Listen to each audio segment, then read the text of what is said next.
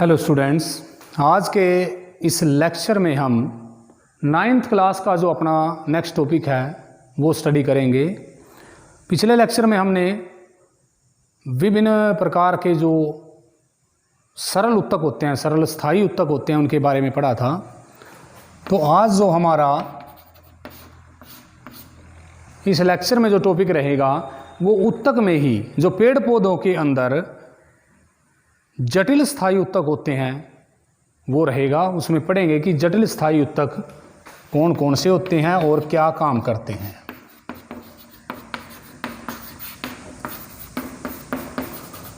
आप पढ़ चुके हो पहले कि उत्तक क्या होता है और किस प्रकार बनता है, कैसे कोशिकाओं का समूह इकट्ठा होता है और एक विशिष्ट कार्य को पूर्ण करता है, उसे ही हम उत्तक कह देते हैं। उसमें विभाजन की क्षमता भी होती है। अगर विभाजन की क्षमता होती है तो उसे विभज्योतक कहा जाता है। अगर विभाजन की क्षमता खत्म हो जाती है तो वहाँ से स्थायी उत्तक बनने शुरू हो जाते हैं। अब वो स्थायी उत्तक सरल भी होते हैं और जटिल भी होते हैं। सरल में आपने पढ़ा कि पैरेन्काइमा क्या होता है, कोलेनकाइमा क्या रहेगा, स्क्लेरेन्काइमा क्या रहेगा, क्या पहचान होती है, पौधे के अंदर वो क्या काम करते हैं।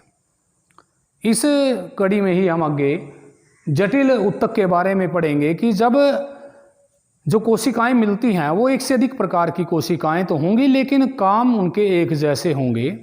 अगर ऐसी कोशिकाएं मिलती हैं तो उसका जो समूह बनता है, उससे जो उत्तक बनता है वो हो जाएगा जटिल स्थायी उत्तक। तो ऐसे जटिल स्थायी उत्तक, इनको हम दो भागों में बांट लेते हैं। एक होता है जाइलम और दूसरा होता है फ्लोएम। दोनों के दोनों उत्तक जो पेड़ पौधे का मुख्य कार्य है उसको करने का काम करते हैं, उत्तरदायी होते हैं। इन्हें संवहन उत्तक भी कहा जाता है। संवहन उत्तक, संवहन का मतलब होता है जैसे जीवों के अंदर परिसंचरण होता है, परिवहन होता है विभिन्न पदार्थों का जंतुओं के अंदर, उसी प्रकार से पेड़ पौधों के अंदर भी विभिन्न प्रकार के पदार्थों का आवागमन जरूरी होता है भिन्न भिन्न भागों तक। चाहे वो जल की बात करें, खनिज की बात करें, या भोजन जो बनता है पत्तियों के अंदर उसकी बात करें, वो पौधे के पूरे शरीर के अंदर जाना जरूरी होता है ताकि जो पौधे के भिन्न भिन्न भाग हैं वो समान रूप से वृद्धि कर सकें। अब उनको वहाँ पहुँचाने के लिए, उसको परिवहन करने के लिए जो उत्तक सहयोग करता है उसे संवहन उत्तक कहते हैं, और उसके अंदर आ जाएगा जाइलम उत्तक और फ्लोएम उत्तक। तो एक एक करके बात करते हैं। सबसे पहले जाइलम उत्तक की बात करें तो जाइलम उत्तक जो होगा, जो काष्ठकीय पार्ट होता है, भाग होता है। काष्ठकीय का मतलब जो बाहरी आवरण होगा, काष्ठ होगी, या जिसकी बात करें तने की, जड़ की या पत्तियों की बात करें, तो जो बाहरी आवरण के पास जो उत्तक होगा वो जाइलम उत्तक होगा, काष्ठकीय भाग में जो पाया जाता है।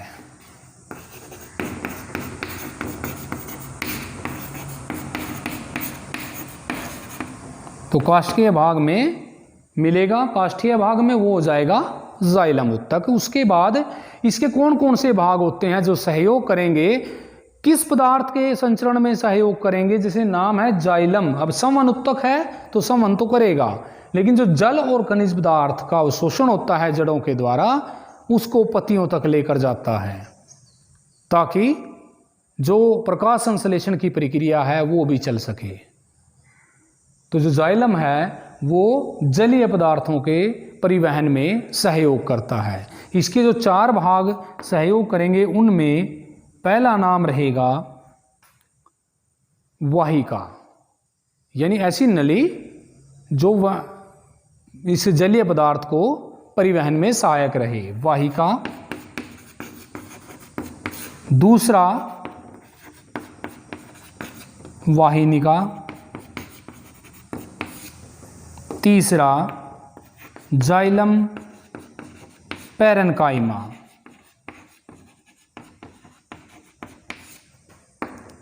चौथा जाइलम फाइबर, फाइबर का मतलब इसको रेसे भी कह देते हैं, फाइबर रेसे, जाइलम रेसे भी बोल देंगे। अब जो वाहिका होती है वो एक कोशिका से, या ये कहें कि एक ही कोशिका की नहीं बनी होती। जो कोशिकाएं होती हैं वो कोशिकाएं अगर समूह भी है, एक जैसी कोशिकाएं हैं, तो वो एक दूसरे के ऊपर नीचे ऐसे रखी होती हैं, और जो कोशिका भित्ति होगी उनके बीच में वो अपने आप फूट जाती है, जिससे एक नलिका बन जाती है, पूरी की पूरी नलिका बन जाएगी।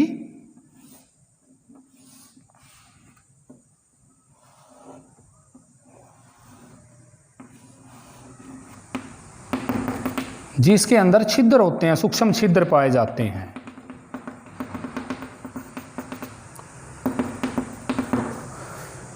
तो इसको क्या बोलेंगे हम? वाहिका।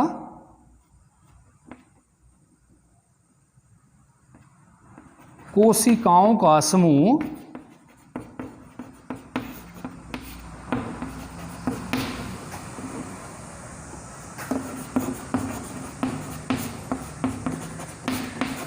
एक दूसरे के ऊपर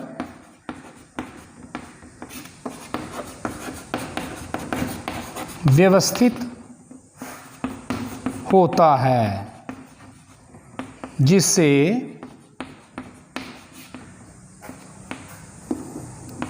नलिका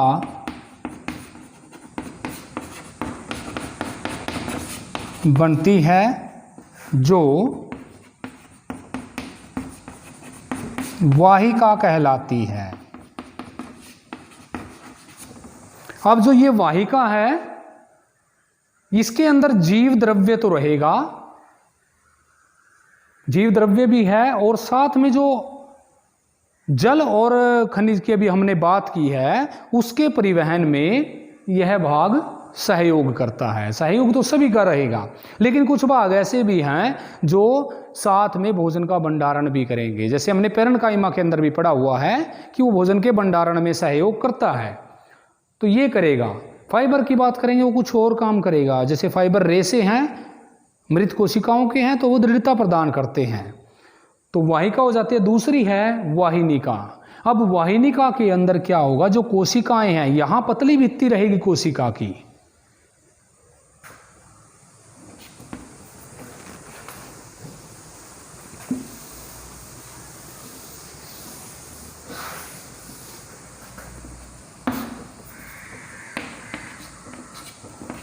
कोशिका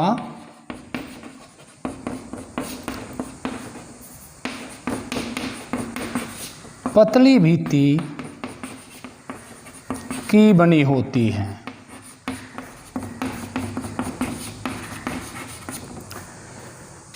तो काम हमने बताया कि पानी का या जल का परिवहन करती हैं। दूसरी वाहिनिका की अगर बात करें,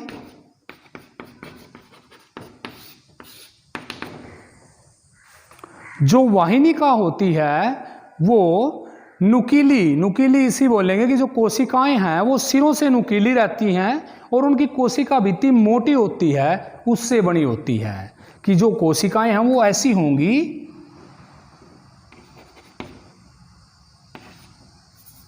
यह मोटी कोशिका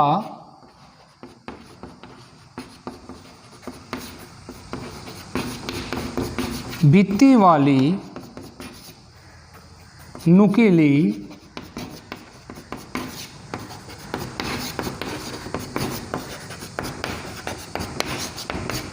कोशिकाओं से बनी होती है।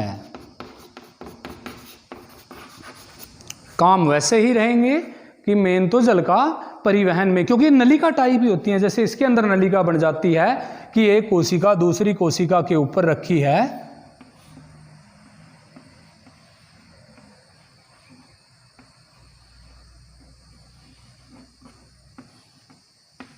और फिर ये भित्ति इसमें से हट जाए तो जो भाग बनेगा वो किस टाइप में हो जाएगा? वो एक इस टाइप नलिका का रूप हो जाए उसे वाहिका बोल देंगे। वाहिनिका में अभी बोला कि मोटी कोशिका भित्ति होगी और जो मोटी कोशिका भित्ति है वो नुकीली है।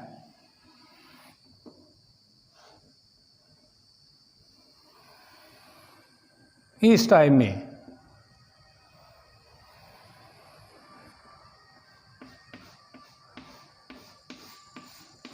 मोटी नुकीली कोशिका से मिलकर बने होते हैं और इसके अंदर क्या रहेंगे, छिद्र दिए होते हैं जिससे जो जीव द्रव्य है, पदार्थ है, उनका आवागमन रहे। तो ऐसे भाग को वाहिनिका बोल देंगे। तीसरा भाग जो रहेगा इसके अंदर वो होगा जाइलम पैरेन्काइमा। जो जाइलम पैरेन्काइमा है उसकी जो कोशिकाएं होती हैं वो जीवित कोशिकाएं होंगी।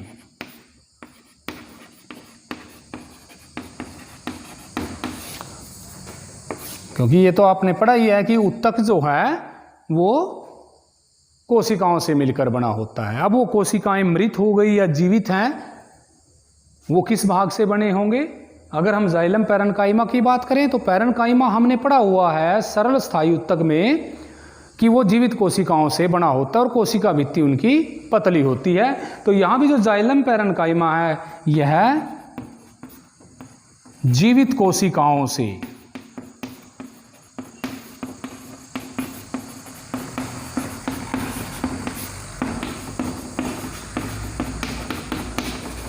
बना होता है।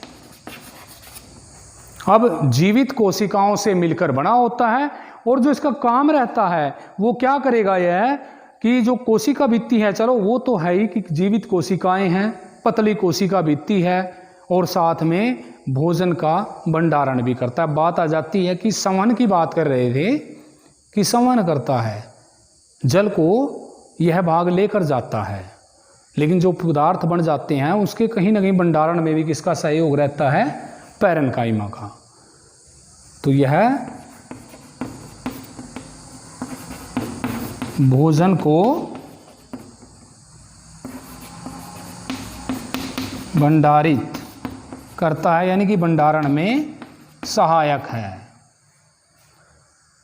चौथे भाग की बात करें, जाइलम फाइबर, जिसको जाइलम रेसे भी कह देते हैं। अब यहाँ ये जीवित कोशिकाओं से बना होता है, लेकिन जब पूर्ण कार्य हेतु या पूर्ण कोशिका विभाजित हो जाती है बिल्कुल लास्ट में, तो वह कोशिका विभाजन की अक्षमता के साथ साथ मृत भी हो जाती है। तो ऐसी कोशिकाओं का समूह जो मृत होती हैं वो जाइलम फाइबर का भी निर्माण करती है। यह मृत कोशिका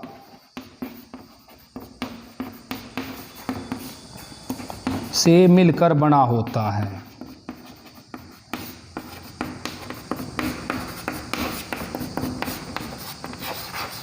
तो आपने पढ़ा हुआ है दृढ़ोत्तक के अंदर स्क्लेरन काइमा में वो भी मृत कोशिकाओं से मिलकर बना होता है, सरल उत्तक में है जो। तो वो जहाँ मृत कोशिकाओं का ग्रुप जुड़ा हुआ है वो पौधे को या उसके भाग को दृढ़ता प्रदान करता है। यह दृढ़ता प्रदान करता है। तो इसका मतलब क्या हुआ, हमने साथ के साथ इसकी पहचान भी लिखवाई है इनके भागों की, और जाइलम के काम भी बताए हैं कि जाइलम जो है सिर्फ जल और खनिज का परिवहन नहीं करता, साथ में भोजन का भंडारण भी करता है। कौन सा भाग? Xylem parenchyma. वो साथ में पौधे के भागों को दृढ़ता भी प्रदान करता है, किस रूप में? जाइलम फाइबर के रूप में। तो इसी प्रकार दूसरे भाग की बात करेंगे जिसको हम कहते हैं फ्लोएम उत्तक। तो जैसे जो जाइलम है वो 4 भागों से मिलकर बना होता है, उसी प्रकार फ्लोएम के भी 4 भाग होते हैं। वो कौन कौन से हैं जिनसे मिलकर फ्लोएम बना होता है और क्या क्या काम करते हैं? जाइलम जल और खनिज पदार्थों के परिवहन में सहायक होता है, भिन्न भिन्न भागों तक लेकर जाता है, पत्तियों तक लेकर जाता है। इसी तरह फ्लोएम, जिसको पोषवाह भी कह देते हैं, पोषवा। यह जो उत्तक होता है यह फ्लोएम फूड से संबंधित है। भोजन जो बनता है पत्तियों के अंदर उसके संचरण में भी सहायक होता है। तो इसके अंदर भी 4 भागों की बात करेंगे। एक होती है चालनी नलिका, जीवित कोशिकाएं होती हैं इसके अंदर,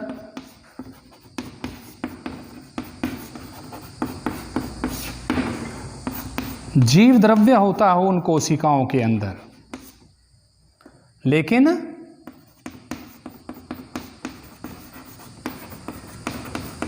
केंद्रक नहीं होता।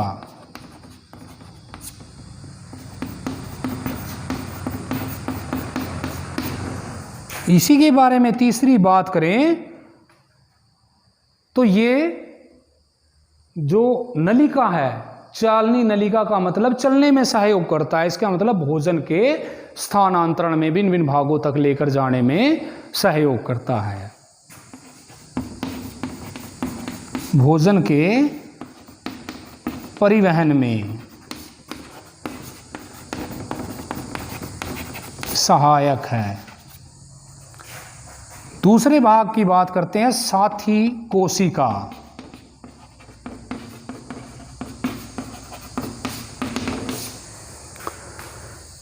तो जो जीवित कोशिकाएं जैसे चालनी नलिका है उसी प्रकार की साथी कोशिकाओं की नलिका बनती है। वैसे ही साथी कोशिकाओं में या साथी नलिका के अंदर विभिन्न कोशिकाएं मिलकर एक ऐसी ही नलिका का निर्माण करती हैं जो भोजन के परिवहन में सहायक है।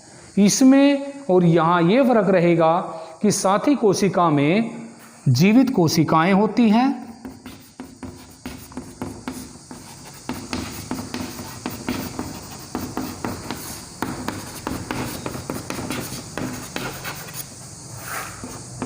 दूसरा जीव द्रव्य के साथ साथ केंद्रक भी होता है। जीव द्रव्य व केंद्रक होता है। तीसरी बात ये करें कि ऐसा भी है कि यह केंद्रक इसकी भी कार्य प्रणाली को नियंत्रित करता है और भोजन के परिवहन में सहायक है।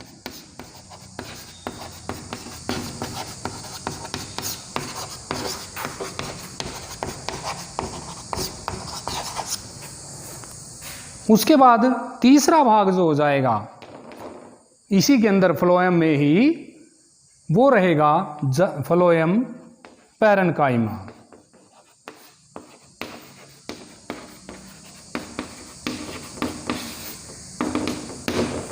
अब जो फ्लोएम पैरेन्काइमा है वो भी इन्हीं कोशिकाओं से, जीवित कोशिकाओं से मिलकर बना होता है। और जो कोशिका भित्ति होती है वो पतली कोशिका भित्ति होगी। और साथ में अब पीछे भी पढ़ा आपने पैरेन्काइमा कि भोजन के को भंडारित करता है, भोजन के भंडारण में सहायक है।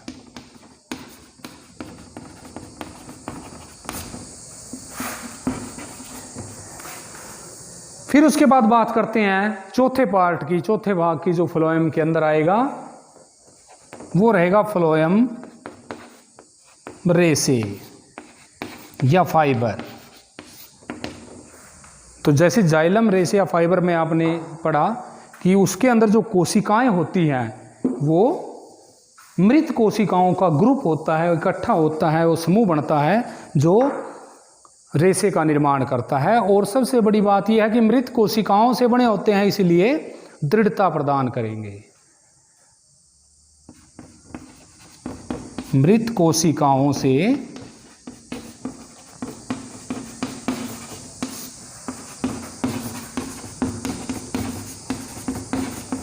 बने होते हैं और दृढ़ता प्रदान करते हैं।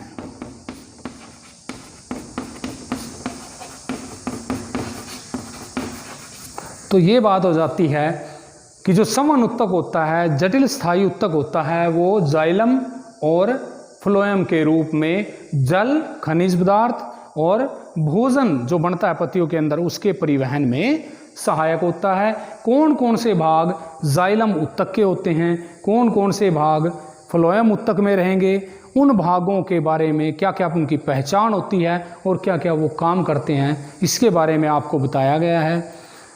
अपनी कॉपी में ध्यान से इनको बनाना है और साथ के साथ ये ध्यान रखना है कि जैसे हम कोशिका वाला पाठ पढ़ते हैं उसको इसके साथ जोड़ के, जैसे उसमें ध्यान करना है कि उसमें हमने क्या पढ़ा और इसमें हम क्या पढ़ रहे हैं, क्या वहाँ से कोई चीज़ ऐसी है जो हम यहाँ उपयोग कर रहे हैं, ताकि वो भी रिवीजन होती रहे, उसको भी आप सही रूप से समझ सकें। तो सभी अपना जो वर्क है वो ध्यान से करें।